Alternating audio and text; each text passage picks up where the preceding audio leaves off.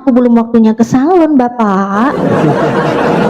Lagi diskusi, Bapak. Oh, salah dengar. Shalom bukan salon. Oh, salom jare. Baik. Ya, Kristen ya, Pak ya? Iya. Oke, Pak Ken, bisa open cam? Pak Ken? Bisa ya? Open cam? Bentar ya, saya coba. Iya, saya undang ya. Iya, coba diundang. Ini kok gimana dia? Saya agak gaptek ini. Oh, enggak apa-apa, Pak. Coba di. Ini sudah saya undang. Hah? Kok enggak ini ya? Sebentar. Bentar, saya undang lagi coba ya. Iya. Oh, masih nunggu. Sini Masih nunggu 40 detik. apa ya? Enggak sih, di sini aman sih, di bawah juga aman ya kan, nggak ada yang gelap kan? Aku nge-live kan di YouTube juga aman, kelihatan jelas.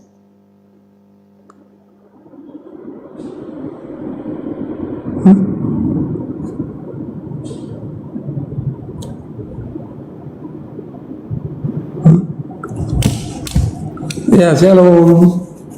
Oke, Bapak. Iya. Nah, gini kan enak nih. Ini Silakan Pak Ken. temanya Tuhan bukan manusia ya. Betul. Itu terambil dari mana itu? Itu pernyataan dari bilangan 23 yang ke-19 bahwa Tuhan bukanlah manusia, bukan pula anak manusia, Bapak. Saya baca, kita lihat konteksnya dulu ya. Silakan Pak. Mana bilangan berapa? Bilangan 23:19. Bilangan 23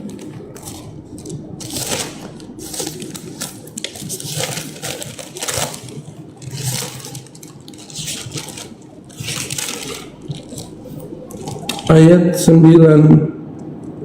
19. 23 ayat 19.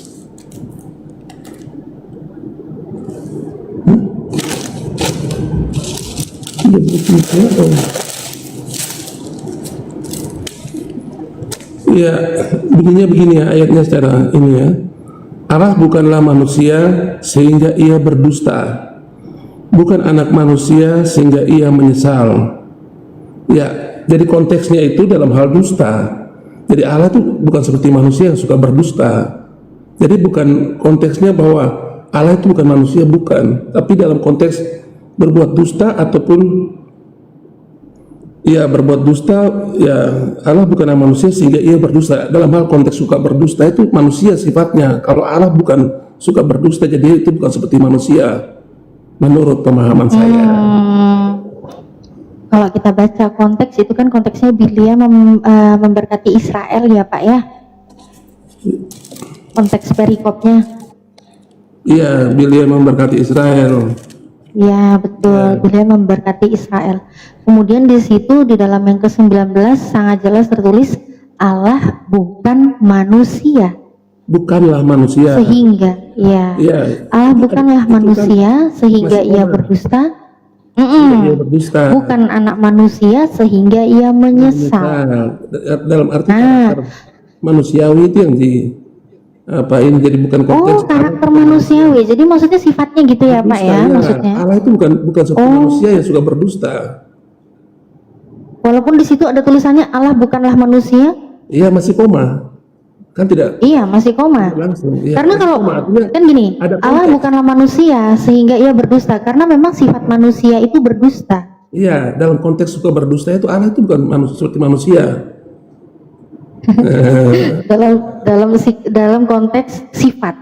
Iya, menyesali ya, manusia kan di sini ada dua, berdusta dan menyesal. Bukan anak manusia sehingga ia menyesal. Jadi Allah itu nggak ini, nggak berdusta dan menyesal, itu nggak. Kalau dalam konteks iman Kristen kan kita bisa lihat di 1 Yohanes 1 ayat 1 sampai 14 yang bunyinya bahwa pada mulanya adalah firman, firman itu bersama-sama dengan Allah dan firman itu adalah Allah. Firman itu telah menjadi manusia. Jadi bukan manusia yang dituhankan, tapi Tuhan yang menjadi manusia. Kalau manusia itu firman yang menjadi manusia sih ya. Iya, firman ya, bukan Tuhan ya. Iya benar. Firman yang menjadi manusia, betul. Firman bukan Tuhannya yang jadi manusia ya. Iya, firman bukan Tuhannya. Iya, Kan Allah Tritunggal, pribadi kedua, Bapa, Anak, dan Roh Kudus. Anak ini yang dikatakan sebagai firman yang hidup.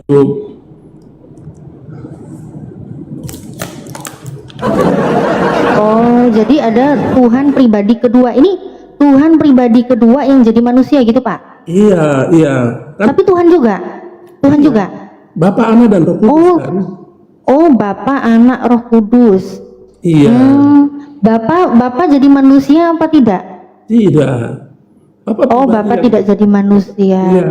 Terus yang menjadi manusia yang? Anak.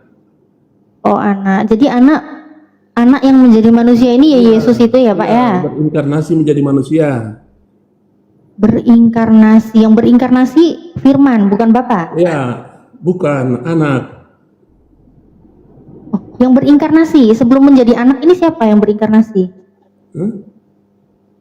Kan kalau berinkarnasi kan berarti ada perubahan nih. Kayak misalnya nih, saya punya Pokari, berinkarnasi menjadi lotion gitu ya. Berarti kan Pokarinya udah nggak ada, udah jadi lotion. Ya, Nah, kalau berinkarnasi jadi manusia, ini berarti yang berinkarnasi siapa? Sebelum jadi manusia dia siapa? ya itu pribadi Allah yang kedua. Kan ada 3 pribadi, Bapa, Anak, dan Roh Kudus. Jadi Oh, jadi Allah gini, ada 3. ya gini, Allah itu nggak ada persamaannya. Segala bentuk apa yang kita mau pakai di dunia ini untuk menggambarkan Allah itu nggak tepat. Mungkin ada model pendekatan yang mungkin kalau saya jadi buat ilustrasi ya, misalnya saya punya satu api ya, satu api di lilin yang menyala, kemudian lilin itu saya nyalakan di lilin yang kedua, api itu saya nyalakan di lilin yang kedua dan lilin yang ketiga.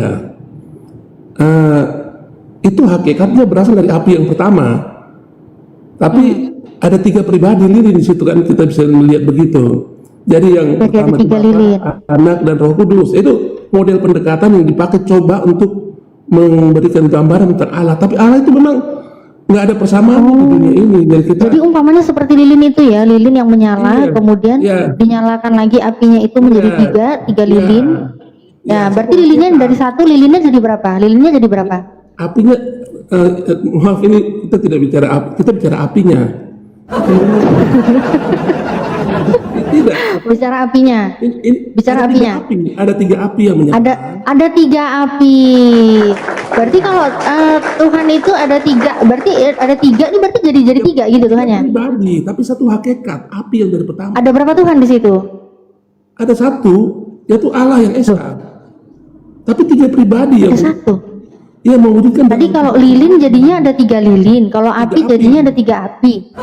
Terus kalau Tuhan jadinya kok jadi 1? Gimana ini Pak? Tadi perumpamaannya lilin sama api. Nah, itu kan pribadi Allah, Allah yang esa. Itu terdiri dari 3 pribadi, Bapa, Anak, dan Roh Kudus. Yang turun ke dunia ini pribadi anak. Anak atau sering disebut firman yang hidup. Gitu. Hanya ini semua perumpamaan ini tidak tepat sama karena memang nggak ada persamaannya. Otak kita yang Oh, nggak ada terbatas, persamaan. memahami Allah yang tidak terbatas itu sulit. Tapi itu sebuah model yang dipakai untuk menggambarkan bagaimana Allah dalam iman Kristen itu.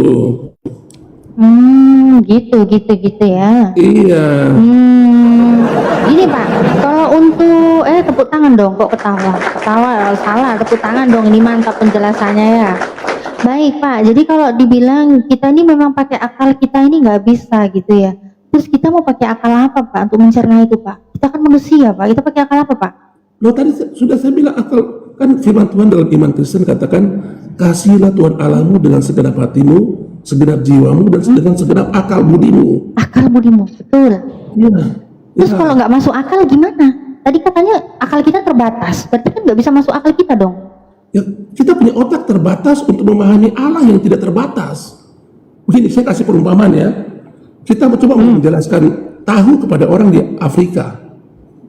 Kita menggambarkan tahu itu kotak bulat. Nanti mereka bawa dos atau bawa gabus yang putih. Saya bilang memang betul itu kotak putih, tapi itu bukan tahu. Tahu itu yang kayak begini. Jadi karena orang Afrika tuh nggak paham karena memang belum pernah melihat. Itu model pendekatan yang kita pakai untuk menjelaskan. Tapi artinya bahwa Allah dalam iman Kristen itu adalah Allah yang Tritunggal, Bapa, Anak, dan Roh Kudus.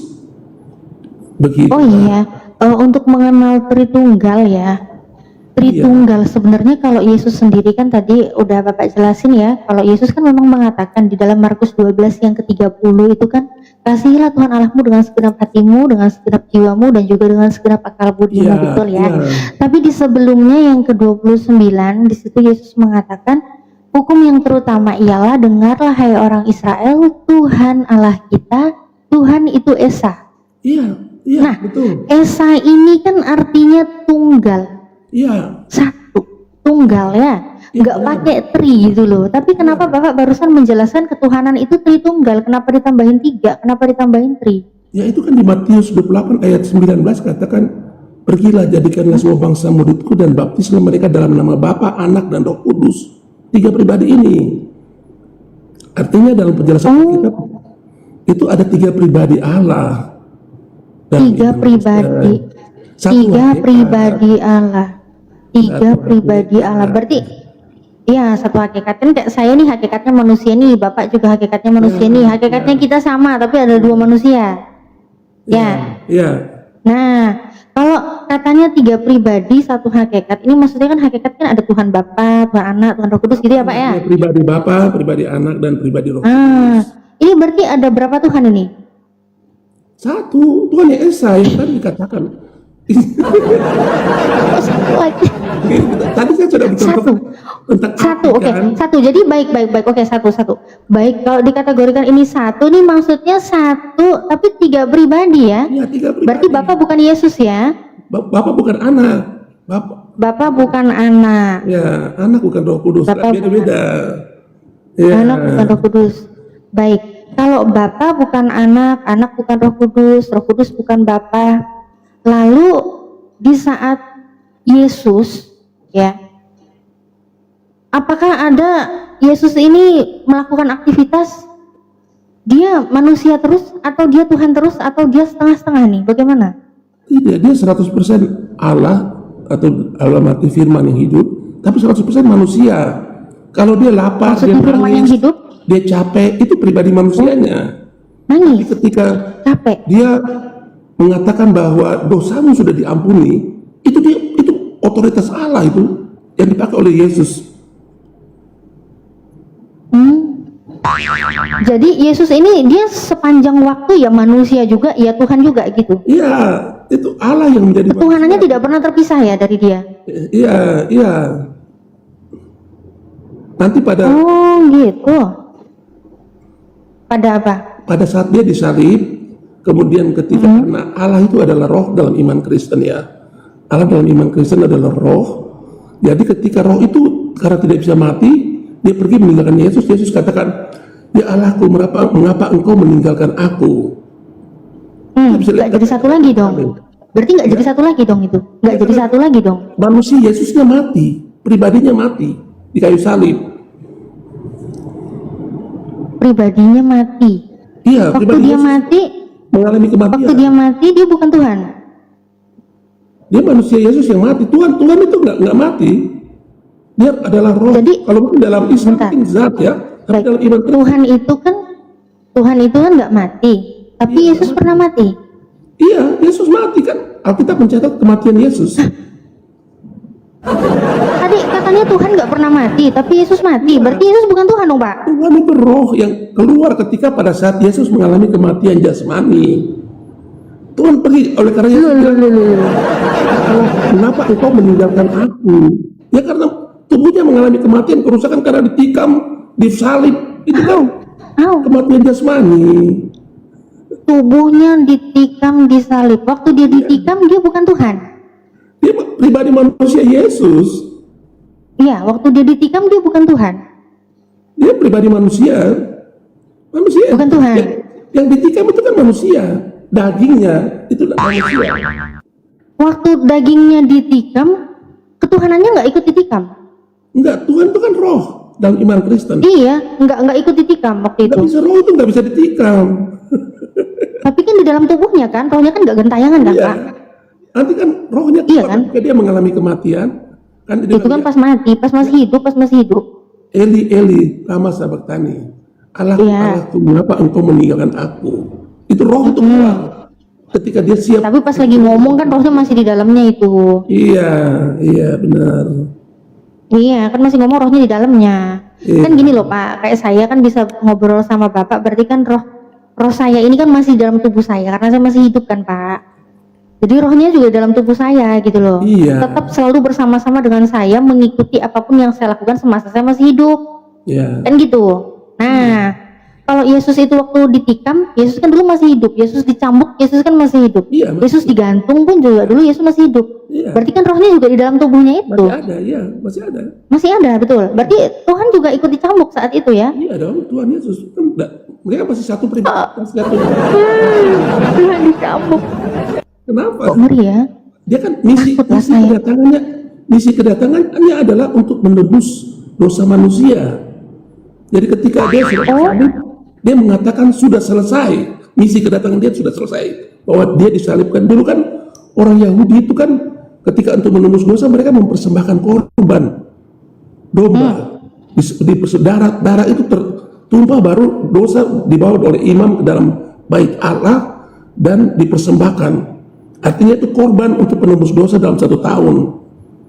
Nah tapi Tuhan menghendaki 1 hari, 1 kali saja domba Yesus sebagai anak domba Allah dipersembahkan untuk selama-lamanya. Dan kita orang Kristen beriman untuk itu. Sebentar, jadi misi kedatangan Yesus ini memang untuk jadi salib Pak? Iya memang, iya. Kita bisa baca di Matius 16 ayat berapa? 21 Pak ya? Situ Yesus kan sudah mengatakan kepada para murid-murid bahwa aku akan ke Yerusalem dan akan dihadapkan pada imam-imam kepala, kemudian dibunuh dan bangkit pada hari ketiga. Itu dia sudah katakan. Itu misinya Yesus ya, memang keinginannya Yesus ya. Iya. Tapi saya juga begini ya Pak ya. Kalau saya kan dulu juga pernah Kristen ya Pak ya. Memang saya diajari katanya memang. Kristen. Iya, dulu saya Kristen Pak. Ya Mbak rugi sekali tinggalkan Kristen. Oh, rugi katanya.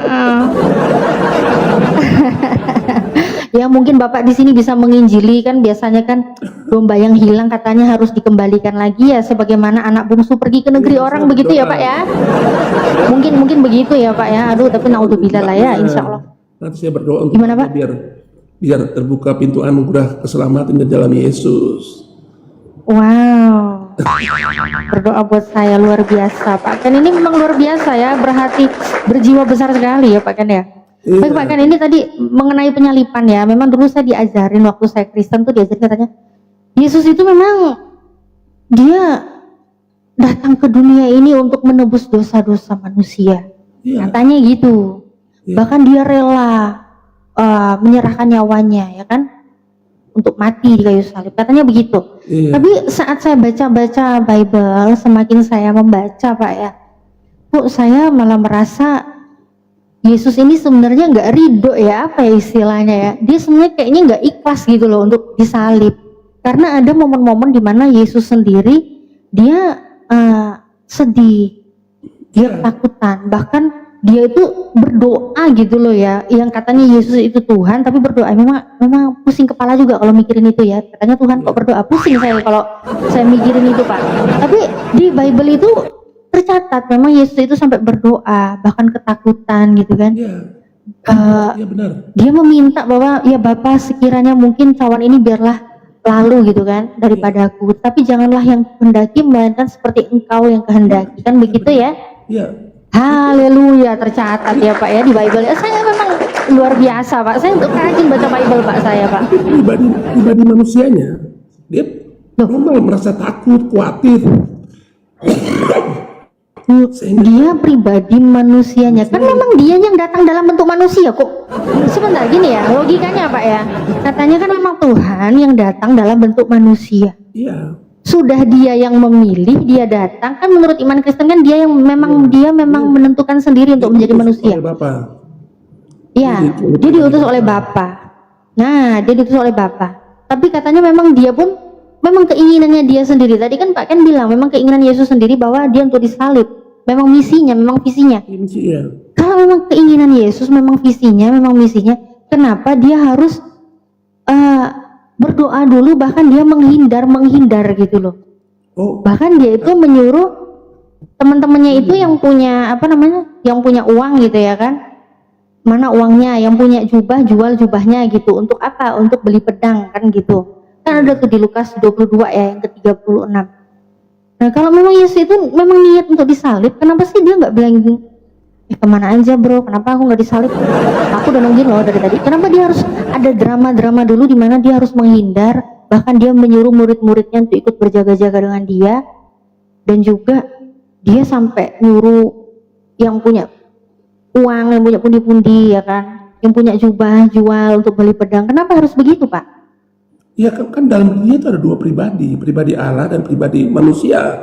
Yang kelaparan, yang menangis, yang ketakutan, itu adalah ekspresi dari kemanusiaan dia.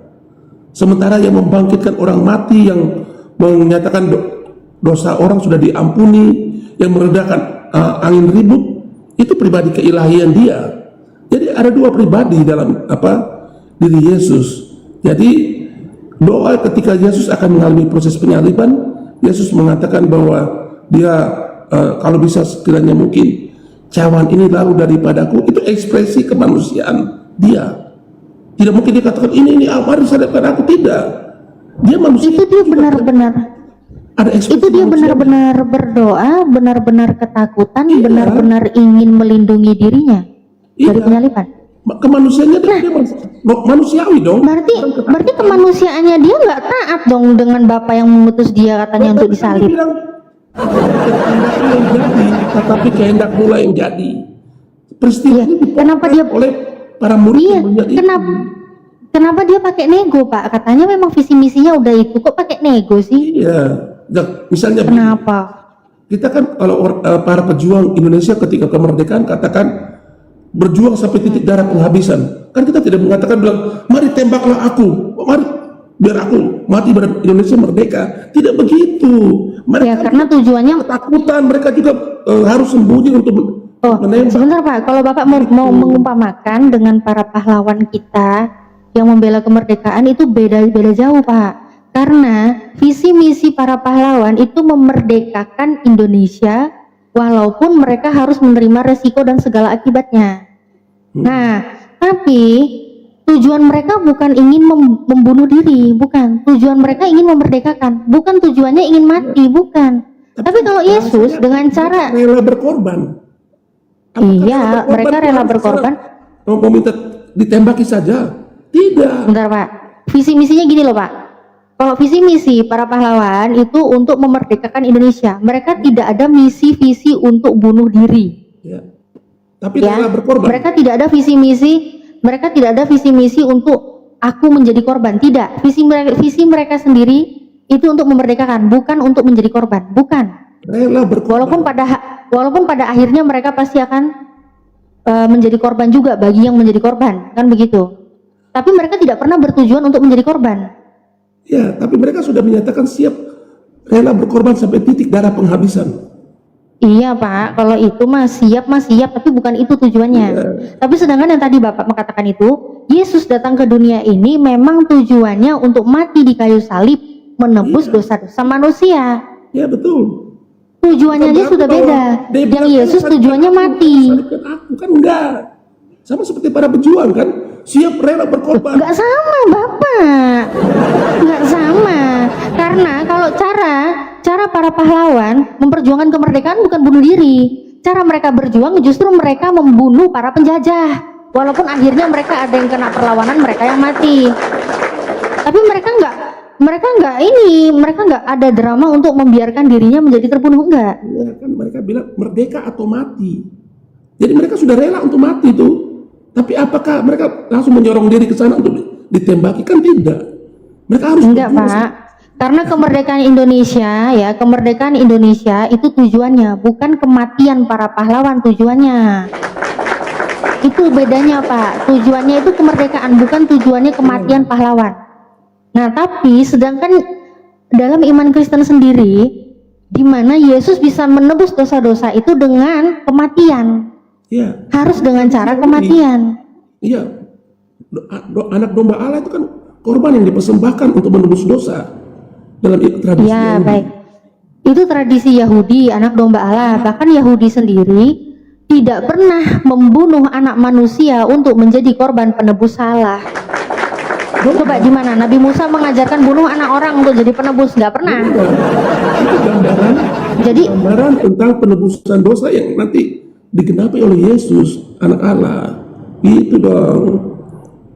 digenapi oleh Yesus. Iya. Gimana nubuatnya Nabi Musa untuk gimana nubuatnya Nabi Musa untuk membunuh anaknya orang menebus manusia? Di mana? Tidak. Tidak ada manusia yang bisa menebus manusia, siapa bilang? Karena manusia semua berdosa. Oke, tidak ada manusia yang bisa menebus manusia, ya. Tadi katanya yang mati siapa? Tadi katanya yang mati siapa? Yang mati siapa? Yesus, Manusianya yang mati atau ketuhanannya yang mati? manusia. Tetapi ada Berarti dosanya ditebus manusia. Allah dan manusia.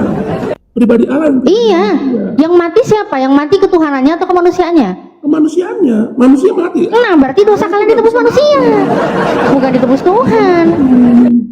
Gini, Iya, kalau kita kan Tuhan nggak bisa manusia mati kan? begini, kalau kita manusia biasa oleh pengajaran iman Kristen, tidak ada manusia yang tidak berdosa. Semua manusia sudah jatuh ke dalam dosa. Jadi tidak ada manusia yang bisa menebus manusia. Tetapi yang bisa menebus manusia itu adalah Allah sendiri, Allah yang kudus, yang suci. Itu yang bisa menebus manusia. Dia masuk dalam pribadi Yesus. Kemudian Yesus yang dikorbankan. Jadi yang masuk dalam pribadi Yesus ini Bapa. Bukan anak. Itu pribadi anak. Firman yang hidup itu. Berarti yang mati siapa? Firman yang hidup itu masuk ke dalam Yesus katanya. Ya. Bukan Tuhan. Allah itu nggak bisa mati. Iya, tadi kan katanya Tuhan nggak bisa mati. Iya, roh. Ya. Tuhan tadi katanya nggak bisa mati, Pak.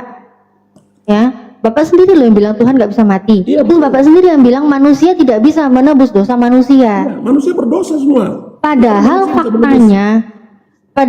faktanya menurut Pak Ken sendiri tadi udah mengatakan bahwa yang mati adalah kemanusiaannya. Berarti yang menebus dosa Anda itu ya manusianya, yang mati manusianya kok. Tapi manusia ilahi. Itu dia adalah manusia ilahi. Manusia ilahi. Iya, ada dua pribadi. Gimana datanya Yesus manusia ilahi, Pak? Loh, Saya dari tadi penasaran deh. 1 ayat 14. Pada mulanya adalah firman. Firman itu bersama-sama dengan Allah, dan firman itu adalah Allah. Di ayat ke-14 dikatakan firman itu telah menjadi manusia. Artinya pribadi Allah itu sudah menjadi manusia Yesus. Firman itu telah menjadi manusia. Di mana manusia ilahi, Pak? Loh, itu kan Allah yang menjadi manusia. Artinya manusia itu ada roh Allah di dalamnya. Kan Sebentar. Allah ini maksudnya Allah apa sih, Pak? Bapa, Firman atau gimana sih? firman, anak atau firman. Allah itu udah berapa sih, Pak, sebenarnya di dalam pemikiran Bapak ini Allah itu udah berapa sih, Pak? Allah. 3, Bapa, Anak, dan Roh Kudus. Oh, Allah ada 3.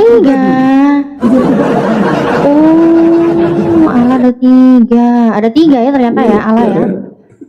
Oh, coba buka 1 Korintus 8 Yohanes 17 ayat 3, coba Yohanes 17:3. Yohanes 17 ayat 3. Katanya kok ada 3 Allah ya? Saya heran nih Bapak ini kok Bukan 3 nggak pribadi. sama ya? 3 Allah, 3 pribadi. Loh, tadi katanya berarti ada 3 Allah. Iya tadi, gimana 3 sih? pribadi, Bapa, Anak, dan Roh Kudus. Aku udah katakan tadi Mbak. Bapak tadi barusan udah bilang gitu loh Bapak. Mbaknya salah. tadi Pak Ken sendiri saya bilang, oh Allah ini sebenarnya ada berapa sih? Ada Allah Bapa, Allah Putra, Allah Roh Kudus. Oh berarti ada 3 Allah. Iya ada 3 Allah katanya. Gimana sih Bapak? Itu harusnya 3 pribadi, bukan 3 Allah. Oh bukan 3 Allah. Iya. Oh. Yohanes 17. Oke. Yohanes 17:3. Ayat 3.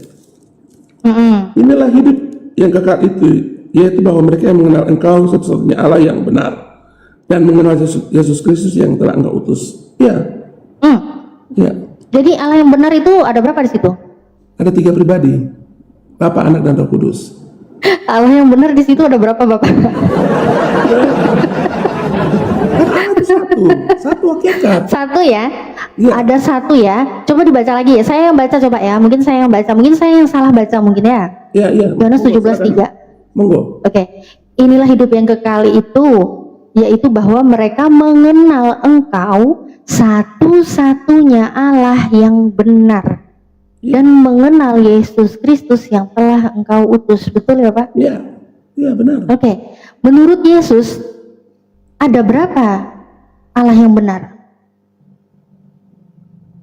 Satu, Allah itu Esa. Siapa di situ Allah yang benar? Satu. Yang mengutus Yesus bukan? Yang mengutus Yesus? Bapa yang mengutus Yesus. Bapa, baik. Berarti Allah yang benar itu adalah Bapa. Terus kenapa ada Allah Anak, ada Allah Roh Kudus? Yang lain nggak benar dong. Satu hakikat Allah. 3 pribadi, Bapa, Anak, dan Roh Kudus. Gitu dong. Tuh. Gini Pak, menurut Yesus, Ya, satu-satunya Allah yang benar ya Allah. dan Yesus Kristus yang telah kau utus. Ini kan di situ kan ada Allah yang benar, yaitu Bapa. Tadi Bapak sendiri ngomong ya, Esa. Bapa yang mengutus Yesus. Allah itu kan Esa. Satu, ya. Iya. Dan di situ kan yang mengutus Yesus kan? Iya, Bapa yang mengutus Yesus. Nah, berarti Bapa satu-satunya Allah yang benar. Kenapa jadi ada Allah Anak, Allah Roh Kudus? Nggak bener ini, nggak bener ini Pak Ken, ini nggak bener ini Pak Ken.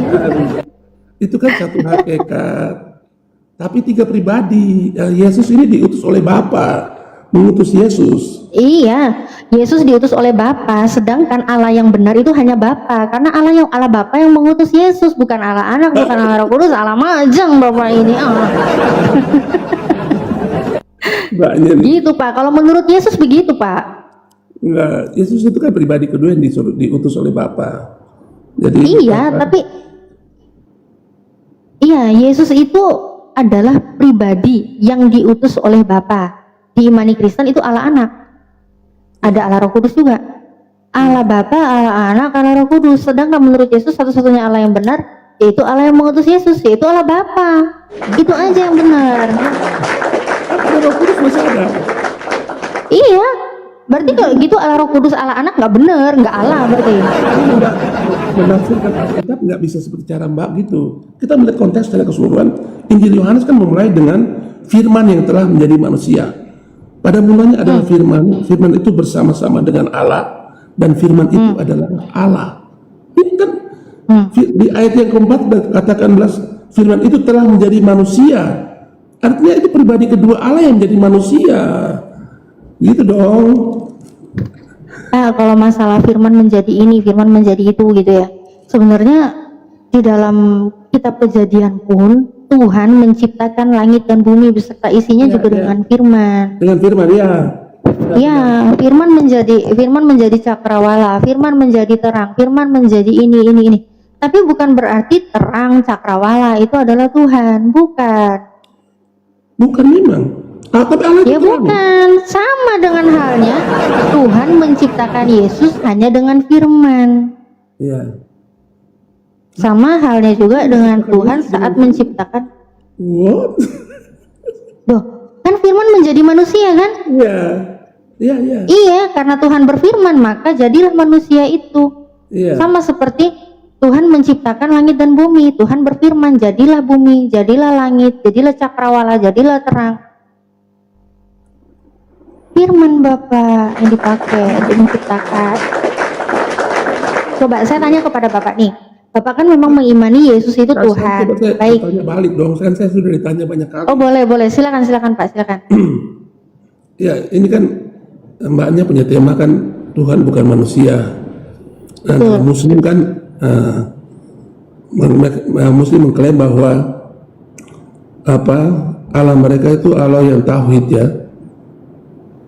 Tauhid itu kan artinya bersatu ya. Kalau Esa, mengesahkan Tuhan. berarti wahid. Artinya tauhid itu saya lihat di Quran nggak ada kata tauhid sebenarnya. Kalau cuma satu atau esa itu berarti wahid.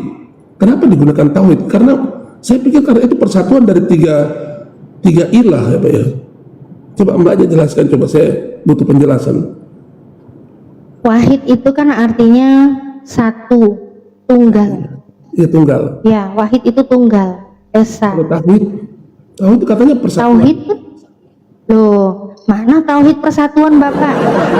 Tauhid di mana datanya tauhid persatuan Pak? Aduh nanti saya cari dulu ya, saya belum ini. Tauhid kok Tauhid itu artinya tauhid apa? kok menjadi satu? Tauhid itu ya keesaan Allah, Pak. Artinya satu dong. Kenapa bukan wahid? Kewahidan. Wahid loh, Bapak. Pak, wahid. Wahid itu kan artinya satu, Iya. tunggal, Iya. ya kan? Kalau tauhid, Nah, kalau tauhid itu kita itu mengakui ya, mengtauhidkan itu kita mengakui keesaan Allah. Tauhid. saya pernah dengar salah satu sumber ya. Ini belum bisa disimpulkan, tapi tauhid itu artinya persatuan. Artinya ada 3 pribadi yang menjadi satu. Enggak. Justru tauhid itu memang benar-benar meyakini bahwa Allah itu hanya satu. Tuhan itu hanya satu, satu-satunya, nggak ada yang lain. Itu namanya tauhid, Pak. Makanya sesuai di Al-Quran, Qul huwallahu ahad, katakanlah Tuhan itu esa, katakanlah Tuhan itu ahad, Tuhan itu satu. Jadi nggak ada duanya, nggak ada tiganya. Tauhid itu esa. Kalau Bapak masih ngotot tauhid, coba saya bukain data di KBBI ya, Pak ya. Tauhid ya. Ntar saya ganti layar dulu nih. Nih, kalau tauhid kita lihat ya. Tauhid dari KBBI aja ya. Ya, Nah, tauhid ini keesaan Allah. Kuat kepercayaan bahwa Allah hanya satu, Pak. Hanya satu, Bapak. Hanya satu. nggak pakai wahid ya. Ya. Ya? Kenapa nggak pakai wahid? Kenapa nggak pakai wahid? Apa, Kan Pak, hanya ini? satu. Kalau memang hanya satu, kenapa nggak pakai wahid aja? Karena wahid itu kan satu. Wahid satu, mengakui kepercayaan bahwa Tuhan itu satu, itu namanya tauhid. Gitu loh, Bapak. Oh iya. Ya. Tauhid itu kepercayaannya gitu loh, Pak. Kepercayaannya untuk mengimani Tuhan itu satu, Allah itu satu, itu namanya tauhid, Pak. Oh, habis saya pernah dapat sumber kalau tauhid artinya persatuan. Oh, ngaco itu sumbernya. Ngaco itu, Bapak, sumbernya, Pak. Sumbernya ngaco itu, Pak. Ya. Ya, jumlahnya. Jadi kalau kita bilang kayak gini ya, Tuhan Allah kita, Tuhan itu esa, itu kan menurut Yesus Tuhan itu esa, berarti kan cuma satu Tuhan gitu. Nah, itu menurut Islam kalau seperti itu namanya tauhid, mengtauhidkan, hanya mengimani, meyakini Tuhan itu satu. Iya, nggak ada sekutu-sekutunya, nggak ada lain-lainnya. Gitu, Bapak. Oh ya. Gitu loh, Pak. Gampang ya, Pak ya. Kalau Islam itu menjelaskan tentang ketuhanan itu simple, karena memang nggak ada tapi begini, tapi begitu, tapi begini, tapi begitu, nggak ada. Jadi begini, jadi begitu, nggak ada, Bapak. Begitu, Pak. Ya, baik. Bapak mau tanya lagi atau saya kembali bertanya, karena saya juga ada yang pengen saya tanyain ke Bapak. Sebenarnya saya ada acara sedikit mau keluar aja saya tadi lihat. Oh. Ini saya ada rapat sebenarnya sedikit lagi. Oh gitu. Saya tanya satu pertanyaan lagi boleh ya, Pak ya? Boleh. Oke, baik, terima kasih. Bisa. Iya, Bapak jangan pernah menyerah, Pak. Beritakan Injil ke seluruh makhluk, Pak ya. Jangan sampai Bapak dengan menginjili domba yang hilang, ya kan? Oke, Pak. Lukas 6:12 di sini sangat jelas bahwa Yesus pada saat itu pergi ke bukit untuk berdoa semalam-malaman. Dan dia itu Lukas 6:12. Dan dia berdoa kepada Allah. Lukas 6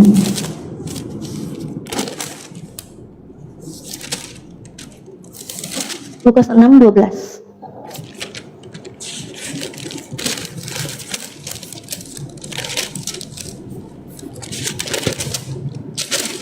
ayat 12. Ya. Oke. Ya, Lukas 6:12 benar ya yang tadi saya bilang ya. Di situ Yesus pergi ke bukit untuk berdoa semalam-malaman dan dia berdoa kepada Allah. Ya. Nah, saat Yesus berdoa kepada Allah, yang jadi Tuhan siapa? Bapa. Bukan Yesus. Bukan. Yesus Tuhan, tapi dia kan untuk sementara berinkarnasi jadi manusia. saat dia berdoa? Iya, saat dia berdoa itu kan dalam inkarnasi dia sebagai manusia. Jadi derajatnya pada saat ketika dia turun, dia lebih rendah daripada Bapa. Berarti yang berdoa itu Tuhan atau bukan Tuhan? Yesus pribadi Tuhan, tapi untuk sesaat ketika dia berinkarnasi, dia berdoa kepada Bapa yang adalah Allah, salah satu pribadi Allah yang pertama. Jadi ini maksudnya Tuhan satu berdoa kepada Tuhan dua gitu? Pribadi, Apa Tuhan dua? pribadi kedua berdoa kepada pribadi yang pertama. Tuhan berdoa kepada Tuhan, begitu Bapa. maksudnya? Ya, anak kepada Tuhan anak berdoa kepada Tuhan Bapa, begitu? bukan pribadi anak. Pribadi anak berdoa kepada pribadi Bapa.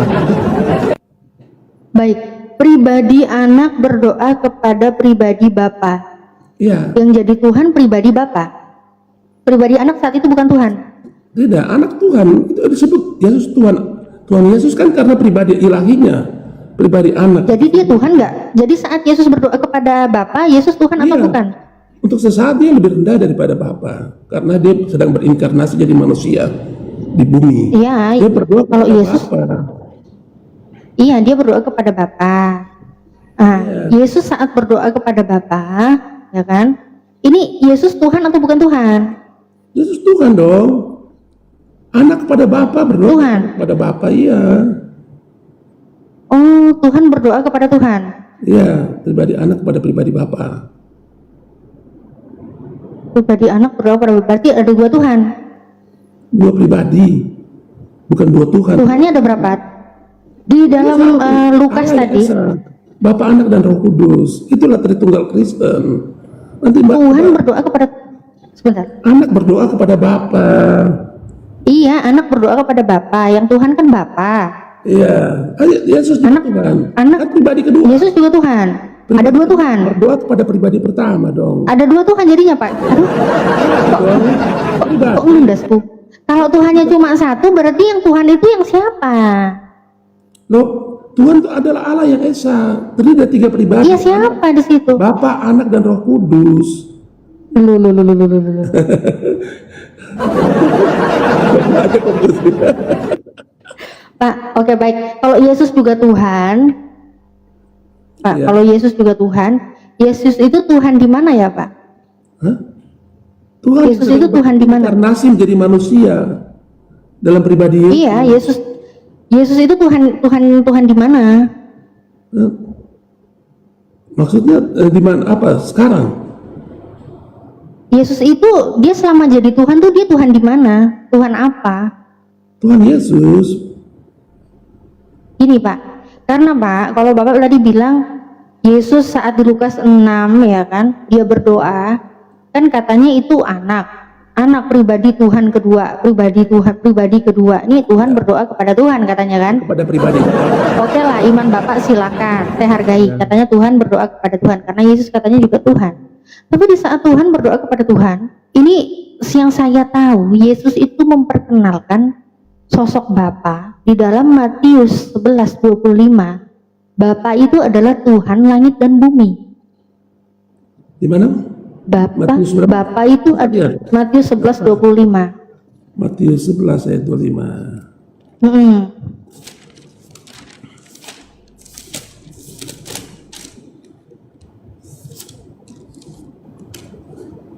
Matius 11:25. Ya, pada waktu itu berkatalah Yesus, Aku bersyukur kepadamu Bapa, Tuhan langit dan bumi, karena semuanya itu engkau sembunyikan bagi orang bijak dan orang pandai, tetapi engkau nyatakan kepada orang kecil.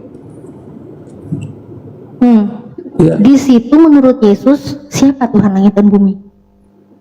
Bapa. Bapa. Lalu Yesus Tuhan di mana? Yesus mana? Yesus Tuhan apa? Karena Tuhan langit dan bumi itu kan Bapa. Yesus Tuhan apaan? Yesus Tuhan yang menjelma menjadi manusia di bumi kan pada saat itu. Kan yang Tuhan langit dan bumi kan Bapa. Iya, dia menggunakan firman-Nya untuk menciptakan kan? Kan pribadi Allah itu Allah yang merencanakan, tapi yang berfirman itu jadi itu kan pribadi anak. Dia jadinya jadi apa Pak? Jadi Tuhan apa Pak? Tuhan pribadi Tuhan kedua. Oten. Kak saya di komentar Tuhan Oten. Jadi Tuhan Oten. Ini nggak gini Pak ya, karena memang kita kan diskusi berdasarkan data kan enak ya Pak ya. Kita Iya, memang iya. tujuannya ya kayak saya sendiri kan banyak belajar juga dari Pak Ken ya kan bagaimana menurut kekristenan. Tapi menurut Yesus di dalam Matius 11:25 yang menjadi Tuhan langit dan bumi itu adalah Bapa. Makanya saya tanya, lalu Yesus ini tempatnya tuh dia jadi Tuhan, itu Tuhan di mana gitu loh. Iya, di bumi kan dia sementara berinkarnasi menjadi manusia. Berarti Tuhan di bumi mepet-mepetan. Ini kata siapa Yesus Tuhan di bumi? Kata Yesus Tuhan langit dan bumi kan Bapa. Mbak, ini kan kuliah Gimana, Pak? masalah Tritunggal ini mungkin Mbaknya bisa 6 SKS ini Mbak, karena jangan untuk menjelaskannya hanya formil terlalu singkat. Bapak ini pendeta ya Pak ya, dosen teologi Bapak. Saya pegawai pemerintah daerah. Oh iya Saya di iya. kantor pemerintah daerah ini kantor saya. Oh Ada iya. garuda gantung, ada ruang tamu. Mantap ya Pak ya. Iya. Walaupun tetap dalam kesibukan, tetap jiwa-jiwa penginjilan tetap harus dilakukan ya Pak ya. Mantap. Gimana Pak? Suaranya kecil Pak. Ya kan itu pertanggungjawaban iman saya. Kan 1 Petrus 3 ayat 15 katakan apa? Siap sedialah pada segala waktu untuk mempertanggungjawabkan iman yang ada padamu, tetapi haruslah dengan lemah lembut. Jadi makanya saya datang ke sini saya nggak marah-marah, saya lemah lembut menjelaskan. Iya betul, mantap. Iya enak gini, Kristen-Kristen gini yang saya senang kalau diskusi tuh baik-baik gitu ya. Mirip papa saya tuh santun gitu. Suka saya kalau diskusi sama Kristen yang santun itu saya suka gitu. Saya respect ya. Ya jadi memang gini ya, memang karena Kristen itu kan terkenal dengan ajaran kasih ya Pak ya. Iya. Terkenal dengan ajaran kasih. Tapi ngomong-ngomong tentang ajaran kasih Pak ya, ini saya juga bingung Pak. Saya nanya lagi Pak karena Ini saya sudah mau rapat. oh sudah mau rapat. Baik. Ya. Boleh saya pamit dulu kan? Boleh pamit Pak. Boleh. Oke, Makasih baik, banyak baik. ya Pak ya. Sampai Kapan-kapan bisa ketemu diskusi lagi ya Pak ya. Makasih Oke, banyak sini. Pak. Ya. Oke, terima kasih Bapak. Kok enggak ini? Bapaknya bingung turunnya. Kita turunin Iya, ya Pak ya. Ya diturunin aja. Oke. Nah, mantap ya. Kita sudah diskusi ya tadi ya dengan Pak Ken ya. Masya Allah Pak Ken ini memang Kristen santun ya. Kristen santun.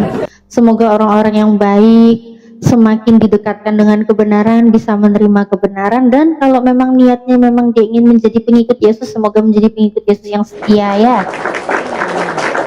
Oke ya, kita cari lagi. Ini ada yang minta naik. Oh ya, buat teman-teman tolong di follow nih akun yang di sebelah ini yang namanya Natalia Iriani yang gambar kucing-kucingnya ini, di follow ya, follow ya.